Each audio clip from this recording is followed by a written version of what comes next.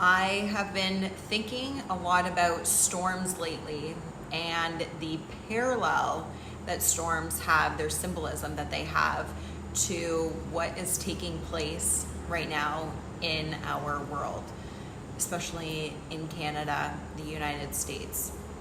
For the past 2 years, we have all weathered arguably the greatest storm that most of us have ever seen up to this point in our lifetime.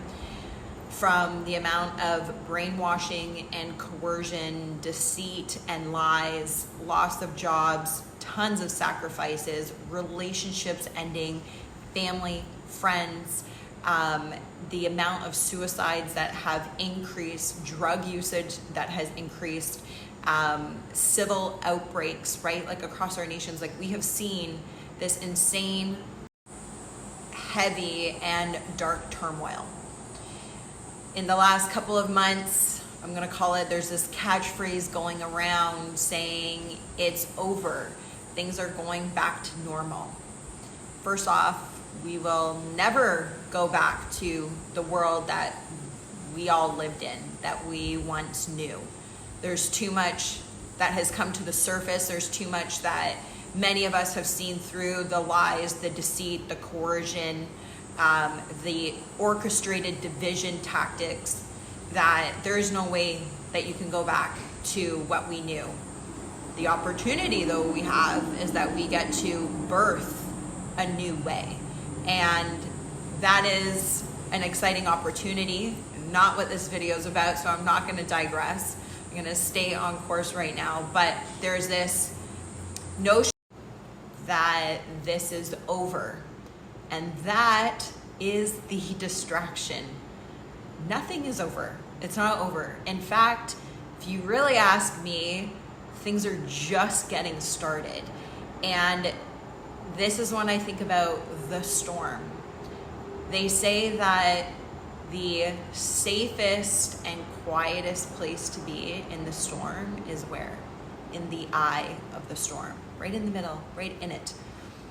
And it's quiet, there's like this calmness while you're in the storm. And all this turmoil is going on around you. And I feel that right now we are in the storm. We're in the eye of the storm. And there's this calmness happening right now. And there's a lot of stuff that's coming to the surface that is being very quietly spoken about. The mainstream media is barely talking about any of this. What's going on in the Trudeau government right now with him invoking the Emergencies Act to what has come out and surfaced with Pfizer about transmission of the shots, or the lack thereof, I should say, to them knowing about that, but the government's pushing it. There's a lot going on here right now. And what has been happening over the past 2 years, and the amount of lies and the segregation and restrictions that have been put on so many of us, so many people who have lost so much, sacrificed so much, have had so much of their lives destroyed. This should be all over, and it's not being spoken about. And you're barely gonna see it.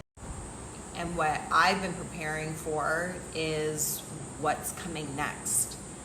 Like I said, this is not over, it's only beginning, and the negative impact, the negative consequences as to what's been orchestrated over the past 2 years that we've been living through is going to have a detrimental ripple effect.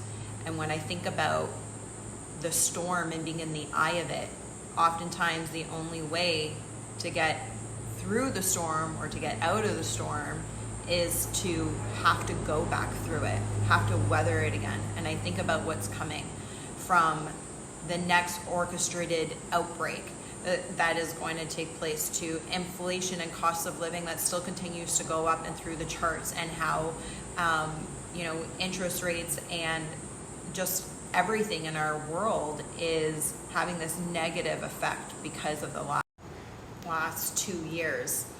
And so it makes me think, what's in your toolbox, and are you prepared? What are you doing to be prepared?